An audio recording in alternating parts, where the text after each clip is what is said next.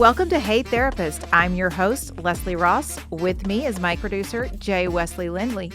Let's get mental.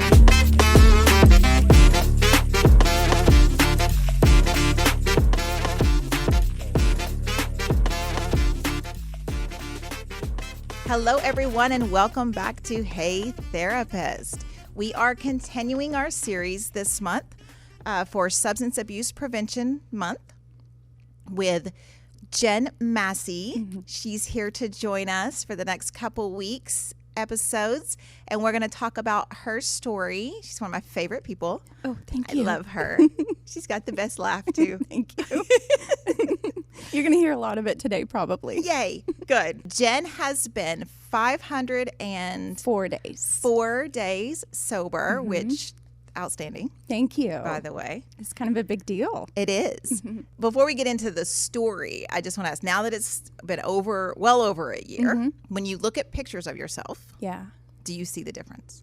Massively. Okay. Especially recently, like in the last few weeks. Yeah. Like, whoa, I look like a completely different person. Completely different person. Yeah. It's amazing how it changed. And it's amazing how you look at your pictures when you're going through it, or when you're in addiction, or when you're in, these situations that aren't healthy for you. You don't notice it. Yeah. Because that's who you see in the mirror, too. So it's not like you don't look at yourself and go, oh, my God. I look exhausted and drawn and just tired. I look tired and heavy. I see that. You get out and it's like, oh. I can't believe I posted that to Facebook. Like, what is wrong with me? Oh, boy. Why didn't someone stop me? Seriously, why didn't anybody stop me? Where were you? Because they were used to seeing that too. Yeah. I mean, it was me, right? It was you. Yeah. And even those who may have recognized that there was some unhealthy behaviors going on or unhealthy relationships or situations, not all the time will people tell you that. Yeah. And then sometimes when people tell you that you just are in that process of making excuses for what's going on. Exactly. So you're like, no, it's fine. This is why. And we're really good at excusing our behavior and other people's behaviors when you're in it. Absolutely. Yeah. So let's go back to the beginning. Okay. Let's go back to childhood, because most addiction behaviors and the reasons why we have addiction. Now, there are individuals who have addiction just because it's in their DNA, and they may not have really gone through a lot, but that first drink is their only drink they ever need to be addicted, or whatever they're addicted to, cigarettes, whatever it is. That first one is all it takes. And because they have that addictive personality, maybe genetically or whatever. A lot of times, and most of the time from what I have found in my career and just knowing individuals who struggle with addiction issues, is it starts pretty young, or the reasons start pretty young. Right. So tell me about childhood, what was going on when you first realized that this may be a coping behavior, how it became normalized for you. Right. Childhood, it's weird to look back on it now because I thought that it was pretty normal, but it wasn't. My parents divorced. They both remarried. I lived with my dad, who was a pretty narcissistic person. I can say that pretty confidently. Sure. And as a kid, like, he wasn't really there for me emotionally, financially as well, for any of us. Right. So that started harboring maybe some resentment and just feeling like I wasn't being taken care of. And I've had issues with confidence too, especially in childhood, my teenage years. I feel bad blaming my dad for that, but I think he's kind of at the center of it all. Sure. My dad just wasn't there. And when he was pretty volatile and very hard on me. And I think that just made me not really trust a lot of people that they could take care of me. I was like a shell of a person even in my teenage years. I had no sense of self or what I wanted to do with life. My home was so toxic that I didn't see a future ever until I was 33. Right. as I got older, I still carried those self-confidence issues, the idea that I really wasn't worthy as a person. And I got to the point in my early 20s where I started having drinks to kind of boost my confidence. Sure. Especially around men. Sure. Yeah. And of course, I started seeking out unhealthy relationships with men because I wanted somebody to take care of me. Right. And that's what happens. And you made the comment, I don't want to blame my parents. And a lot of people feel that way. There's a lot of people that don't understand or don't want to understand that the way we are raised and what we are shown and presented and feel as a child, where we're self-centered, and because that's the developmental stages, where when we have a parent or parents who, because I know, and I know, I'm sure you'll get your mom, I know mom tried her best, but also left some room for some things that didn't develop for you guys, and with dad being gone and absent, and then when he is home, it's not good enough. And because I do know the family. Right, you do. A little bit. Yes. I have a connection. A connection to the family. So I do know some stories. Yeah. And, when we have a parent who is withdrawn or withholding and those types of things, it does develop in boys and girls the feeling that I'm not good enough. I'm not good enough. I'm not worthy. If my parents don't love me, no one's going to love me. Yeah. And then we seek out people that show us love. And a lot of those people are predators. Yeah. Because they see the vulnerability and they see that this is someone who I can cookie crumb and they're going to love me. Cookie crumb. Yeah. They're going to love me. Yeah. Yeah. And we put up with everything because we think this is all normal. We can get. Yeah. So, whoa. I know when I met my husband, soon to be ex-husband, he's 10 years older than me. I don't think that's really that big of a deal. When I was 25, he's 35. So I don't think that was an issue, but that's when I really started drinking heavily because he was in the middle of alcoholism. When I met him, I was not drinking at the time, and we kind of based, like right off the bat, our relationship off drinking. We would go to bars all the time, or at his place, we'd crack open a bottle of vodka or Captain Morgan, and it just skyrocketed from there. And I do not blame him for my addiction problems, but at the same time, it didn't help. No. And, each night I'd see him having some drinks, and I was like, well, I can do that too. There's nothing wrong with that. Plus, I needed that confidence, and I had zero. I had none. So that was the big turning point in my life. So how long did that go on? Like, how was life living pretty much in alcoholism? And at a certain point, you don't recognize it, right? We don't recognize that it's alcoholism. It's just normal. Yeah. Like, we go home and have a few drinks every night. It's no big deal. A lot of people do this, which is true. Yeah. A lot of people do. It's not the healthiest behavior, but a lot of people do it. Yes. So, it's not an abnormal behavior. You're not, going to trap houses and getting, alcohol is one of the drugs that is really normalized in our society.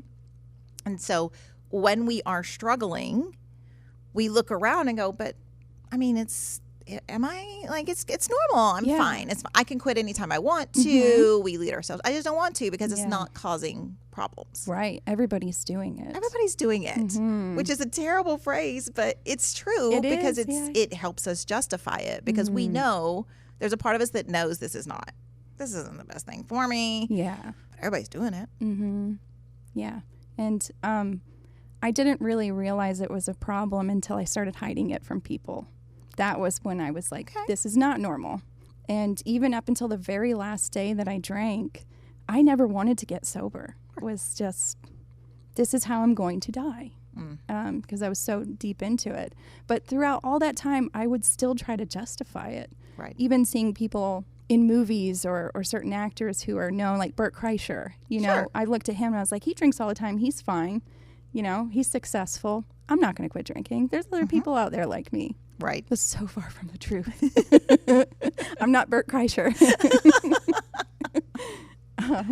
Well, and I think when you look at those famous people like that too, a lot of times they may be successful now. You know, they may be able to pull it off, but then you think about all of the celebrities that are kind of in that world that have either died from it or are sober now. Yeah. And so they had to make that decision too. You know, if you like, and it may take a lot. I think of, you know, what pops into my head all the time when it comes to drugs and then sobriety is like the Jackass guys. Yes, exactly. Like, they're almost all sobered out. Like they're, which I mean, hell, they're almost they're old enough that they should have learned a long time ago. Right. But also, I think that's what motivated a lot of the things that they did and were able to do because they weren't sober. Yes. There was no clear thinking. And let me get in this ring with this bull that can kill me and try to make it do that. There are the people that you can look at and go, well, we know that they have this behavior and we know that they're doing this and they're still doing okay. So why do I need to worry about it? Exactly. Yeah. I don't think at any point in the years of my addiction I ever took a step back and looked at myself and said, you have a problem and you need to get help. That was a big thing. Like, I didn't see a way out of it at any point until I got sick. Yeah. You know, and a doctor is like, you need to be hospitalized now. It's crazy what alcohol does to us and the justifications and the excuses and, yeah, destroys everything. It does. Yeah. So before you got sick, was there a time that you thought maybe we, because you're a package deal, right? I mean, it's when you're in a relationship, you want to make decisions for yourself and all of those things, but it's hard when you still have someone doing those behaviors. Yeah. So was there a time that you thought, we need to, someone pointed it out to you? What did any of that happen? Yes. The summer of 2021, it was just a few months after we moved here from Arizona. Both of my brothers sat down and had like an intervention with us. And I knew, you know, I did take them very seriously. That was really hard, sitting down across from two of the most important people in my life and them saying, we see you have a problem. But we only took it seriously for maybe 5 days. Tyler came in, my younger brother, and he moderated our alcohol. He brought us alcohol, but only certain amounts, and slowly would start weaning us off. But then by the end of that week, we were like, we can just go out and buy our own alcohol. Right. We don't have to have him coming in doing this. Right. So I think that was the only time that we were seriously approached about our drinking. And it lasted a few days. And then we instantly started drinking more and more until I got sick. So tell me about that. I was probably drinking anywhere from half to 3/4 of a big bottle of vodka a day, from like first thing in the morning until I fell asleep at nighttime. And I'm not in a good mental place, obviously, if I'm drinking that much. But the last day I was drinking screwdrivers, and those are dangerous for me because they're delicious. Sure. And they go down easy. Sure. And I remember just this horrible toxic fight I had with my husband that night. I was recording him on my phone, and he took a drill to it, and it was not good. And then the next morning, I just woke up and I was sick for 22 hours straight, I think it was. Couldn't keep anything down, and my heart was beating out of my chest, and it was not good. So I finally said, okay, it's time to go to the hospital. I made a drink. I put it in my purse so that I could have it on my way home because I knew I hadn't been drinking all day. Right. I'm probably, like, when I feel better, I'm going to want this. Exactly. Like, they'll make me feel better. Everything's going to be fine. But yeah, they ended up telling me once I got to the hospital that I had pancreatitis, fatty liver disease. Everything was inflamed and hurting and malnourished as well. And so I was admitted for 5 days. And they thankfully got me sober in that time. I was very sedated, so I wasn't really awake for any of it. Sure. And I just haven't looked back since. So before you were hospitalized and, you were constant drinking, all of those things, I'm sure you were doing the sneaky drink and just wherever you were, there was alcohol involved. Always. Did you feel sick? Like, were there times where, other than, okay, I drank a little too much, I'm hungover or anything, did you feel like you were getting sick? Yes. Yeah. I would say probably for a good year and a half, I started feeling a decline in my health a bit.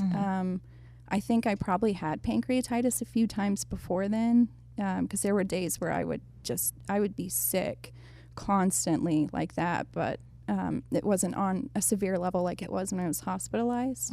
I mean, and I could see I was about 100 pounds. I was starting to really lose weight, and there were changes in my face, my body, the way things were functioning, and losing my appetite. I stopped eating, and those were like big signs. Sure. Yeah.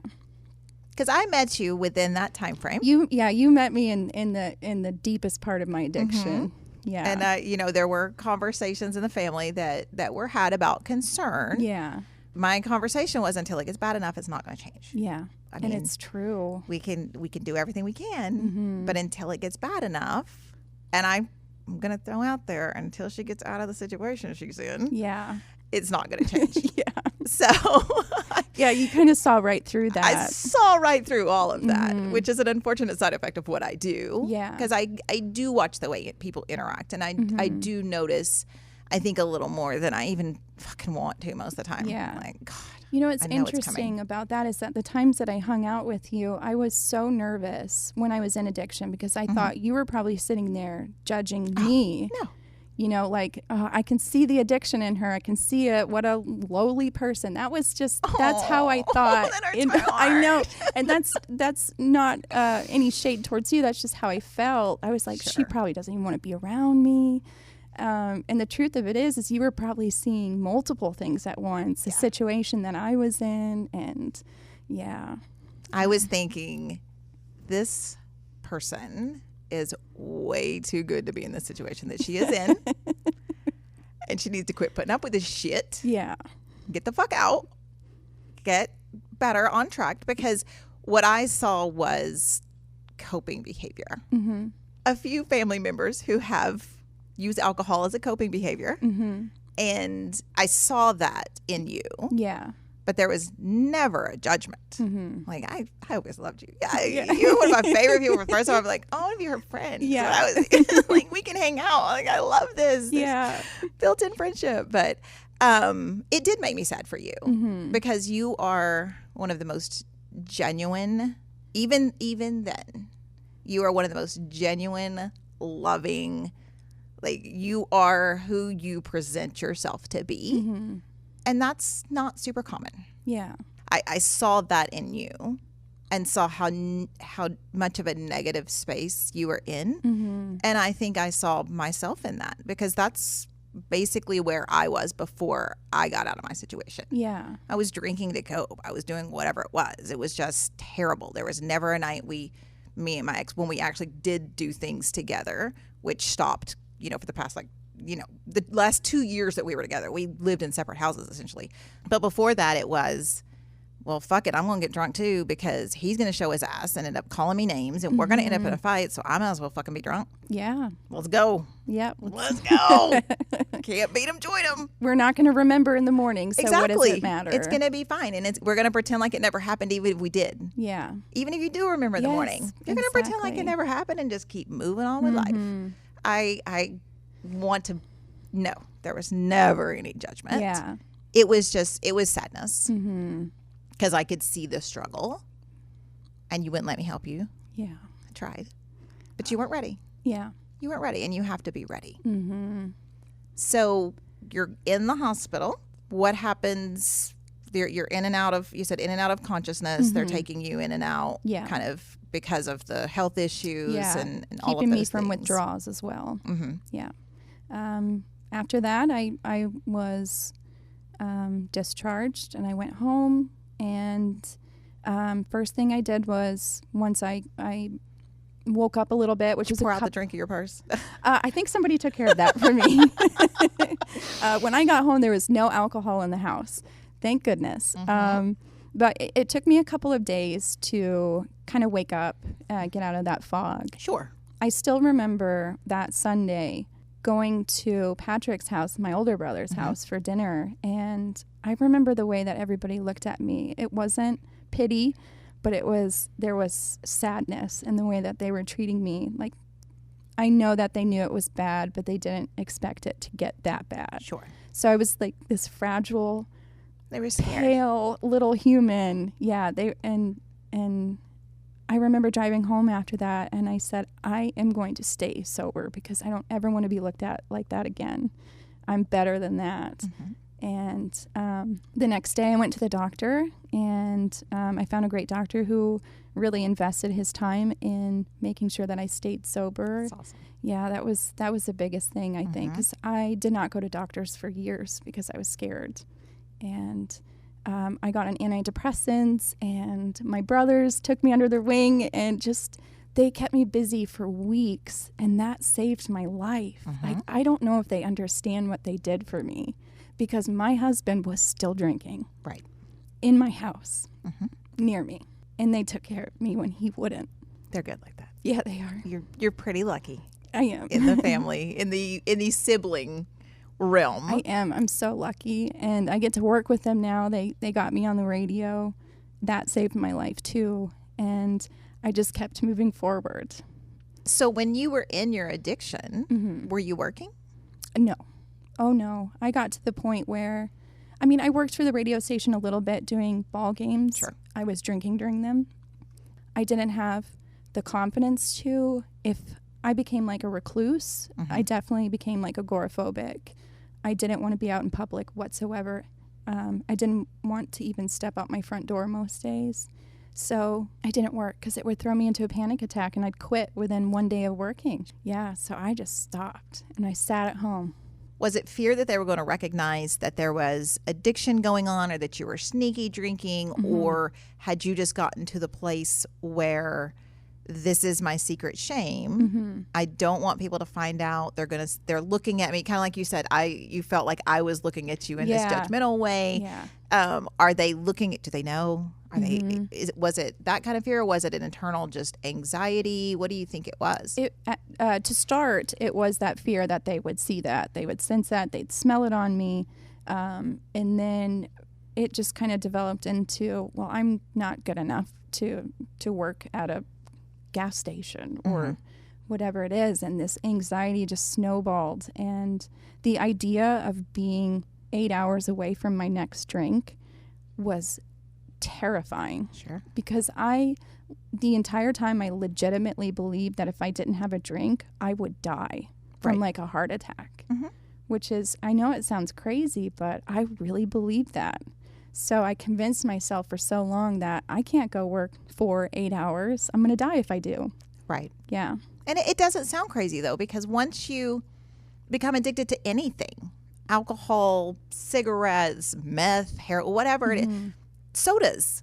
I mean, there was a time, and I've had my issue with alcohol too, which we can talk about, but there was a time where I drank no water. I was managing restaurants. I drank no water because there's a soda machine right there. And I drank Dr. Pepper all day. And my doctor was like, listen, you have to stop. Yeah. I was having a lot of, this was before my hysterectomy, so we're going way, way back. But it was affecting my menstrual cycle. It was affecting my cramps, fibroids, all of those things that caffeine does. You have to stop. Yeah. And I stopped. Like cold turkey stopped. And I was like fiending. And I would have like my staff, my little waiters and busboys, they'd be like, can I get you a soda? Please? Maybe a Dr. Pepper. Would you just one drink won't hurt you? And I'm thinking, oh my God, it will. Like, I can't do it. And I'm just angry and frustrated and wondering how I'm going to do this. And, when I stopped drinking alcohol, it was kind of the same way, but, just those. And I use that example right now because anything that you're addicted to, when you stop it, your body goes, whoa, hey, I needed that. Yeah. What are you doing? I needed that. We're used to that, which is why, on a side note, it's so important to not let children, especially small children, like they should be a teenager before they're having caffeine. They should be a teenager before they're having, even if you can restrict sugar intake, all of those things, because it changes the way your brain develops and reacts. Right. And when you have a kiddo who's drinking sodas or sweet tea, which also has caffeine in it, it's affecting their bodies and their brain development, and it's creating almost an addiction When you take that away, they're going to have withdrawals. When you take that away, so you really are setting your children up for failure if you're giving them these things so early, because they're teaching their brain to need it. Right. And if a kid, we have parents who are like, oh, it's just a drink, it's fine. And, there are host laws out there where a parent can't allow their child to drink, not other people's children, their children to drink, which, whatever. But, when you're allowing a child to drink, or a child is drinking, if they start drinking before the age of 21, if they're binge drinking or even drinking on a regular basis, they're 70% more likely to have an alcohol addiction issue. Wow. Which leads to a whole host of other addiction issues, most likely, or just alcohol, which can also be a death sentence. Right. Or, even just detrimental in their lives. We preach prevention for a reason, and it's because the age limits are for a reason. And it's because when you introduce any substance to a child's brain, it changes it.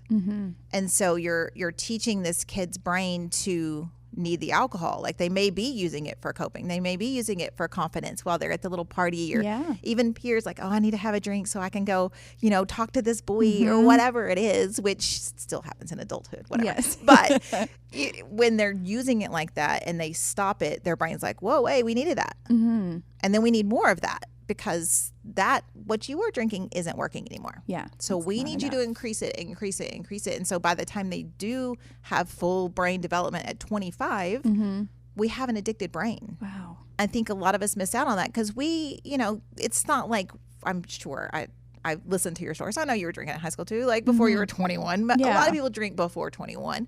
And it's not just this casual, okay, I'm here at this one place, I'm going to have a drink, but if they're drinking every weekend, if we're binge drinking all the time, you're setting your brain up to need it, not just your bodies. So when you were detoxing in the hospital, you were in the hospital for 5 days. 5 days, which is enough for the body to get used to not having it. But now we have the brain wanting it. Yeah. And we're at home with someone, it's there. No, like you said, you should have went home to a house with no alcohol in it at all. Yeah, I mean, and the day that I did get home, there wasn't any in the house. I'm sure there was. Didn't stay that right outside the door. Or something. I'm sure it was hidden somewhere. I mean, it took maybe a week or two until he was comfortable drinking around me. Sure. Yeah. Which says a lot. Yeah, it does. And at the time, last summer was such a transitional time for me, because I was a brand new person. I was sober. I was also a little bit vulnerable, and having alcohol in the house while I'm in this vulnerable state, when I look back on that now, I get really angry, and I'm not an angry person. He was supposed to protect me. Right. And at any point in time, while he was passed out drunk in the other room, I could have gotten up and taken a drink of vodka if I didn't have the willpower one day. Right.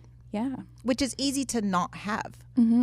Because if you go back into the situation that now, after this week that it was, clean house, whatever, you go back and it's so easy to go back into the, well, fuck it. Yeah. Can't beat them, join them. Yeah, there were times where I felt it was hard to cope with him in that stage that he was in, screaming, yelling, throwing things, where I could have been like, wow, a drink would make me feel a lot better about this. Right, I could tune this out better. Yeah. I'm so thankful to myself above all for just sticking it out. It is a hard thing to do that you have done with no relapse, with no fallback. I mean, it's not impossible, obviously. It's really hard though, especially when you're not in a clean environment. Yeah. And I know after you were clean, we had conversations about get-togethers and not having alcohol at those. Yeah. Trying to set you up for the best environment of being in that, because it is hard when you're trying to do something and you're not established in it. Yeah. Now I know that you have been around, I know you've been around it, but in those first few months, especially, just being in environments where it's there, where it's normalized, where other people can do it and not have problem. Because some people can have a somewhat healthy relationship with alcohol. Some people never can. Yeah. Or they get clean and then they're like, okay, I think I can. And they can. Yeah. Or I think I can. And then we're back down at the bottom of the barrel. Yeah. Everybody's different. Everybody is different. And we have to know ourselves and, like you said, to gain that confidence that you have to say, no, I'm good. Yeah. Like I don't want that in my life. I don't need that in my life anymore because now I have this confidence. Yeah. Look at me. Yeah. I'm like, I know who I am for the first time in my life. And I'm happy and I feel a sense of purpose that I've never had before. It's all of these things that to me just kind of fortify my sobriety. I'm never going back because I thought every day I woke up, I was going to die either that day or soon. Right. And it was devastating to me. And I can't imagine going back to that. No. I just can't. Thank you guys for joining us today. Continue Jen's story on the next episode.